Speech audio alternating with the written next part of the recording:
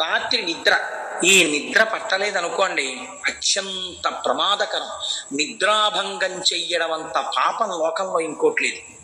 కాబట్టి నిద్ర పట్టేటట్టుగా ఈశ్వరుడు అనుగ్రహించి మీకు సుఖాన్ని కల్పించడం నిత్య ప్రళయం.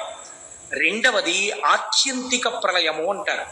బాగా సాధన చేసి భక్తితో భగవంతుణ్ణి చేరుకోవడానికి అడ్డంగా ఉన్న ప్రతిబంధకములను గుర్తించి వాటిని తొలగతోసుకొని భక్తితో కూడిన కర్మానుష్ఠానము చేత ఈశ్వరానుగ్రహముగా జ్ఞానములు పొంది అద్వైత సిద్ధి చేత మోక్షానందములు పొందేటట్టుగా యోగ్యతని సంతరించుకున్నవాడు ఈశ్వర కటాక్షము చేత మోక్షము పొందడమే ఆత్యంతిక ప్రళయము. ఇది కూడా ఈశ్వరానుగ్రహంగా మోక్షం పొందుతారు ఒక రమణ మహర్షి వంటి మహాభావులు.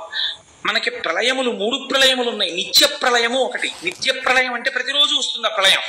ఏమిటా ప్రళయం అంటే అది కూడా అనుగ్రహమే.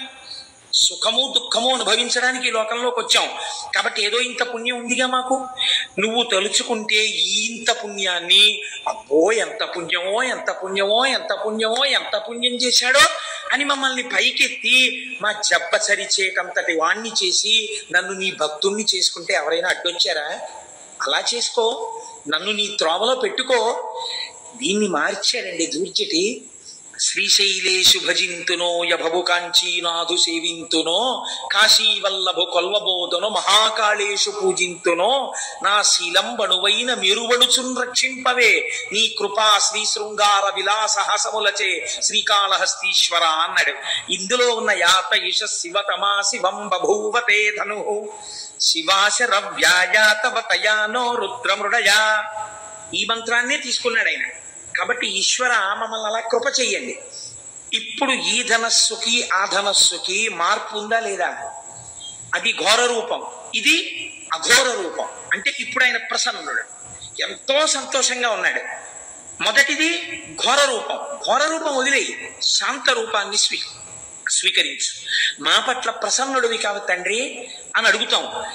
అసలు పినాకము అన్న శబ్దాన్ని నీ జీవితానికి అన్వయం చేసుకోవడానికి రుద్రం ప్రారంభం ఇలాగే మాట్లాడి. ఇది అసలు ధనస్సు. ఈ ధనస్సుని మీరు అన్వయం చేసుకోవాలి జీవితంలోకి. నేను ఏది చేస్తే ఘోర రూపంతో ఈశ్వరుణ్ణి చూడవలసి వస్తుంది. అలా చూడడం ఎందుకు? నాన్నగారండి నిజమే తప్పైపోయింది నాన్నగారండి, అంత కోపంగా చూడకండి నాన్నగారండి, ఆ ధనస్సు పక్కన పెట్టేయండి, మళ్ళీ మీరు నన్ను పూర్వం చూసినట్టుగా ప్రసన్నంగా నన్ను చూడండి నాన్నగారండి అని చెప్పుకోవలసిన రోజు నీ జీవితంలో ఎందుకు రావాలి? అసలు ఎప్పుడూ నీ తండ్రి నిన్ను ఎలా చూశాడో అలా చూసేటట్టు నువ్వు ఎందుకు ఉండలేవు? ఇది నీకు అర్థమైతే నీ తండ్రిని ఎప్పుడు శాంత రూపంతో చూడాలని నువ్వు అనుకుంటే ప్రతిరోజు రుద్రపారాయణం నువ్వు చేస్తే ఆయన చేతిలో అలా చూడవలసిన అవసరం నీకు కలగకూడదు. నువ్వు శాంతముగా ఉన్నటువంటి శివదర్శనాన్ని కోరుకున్న వాడవై ఉండాలి.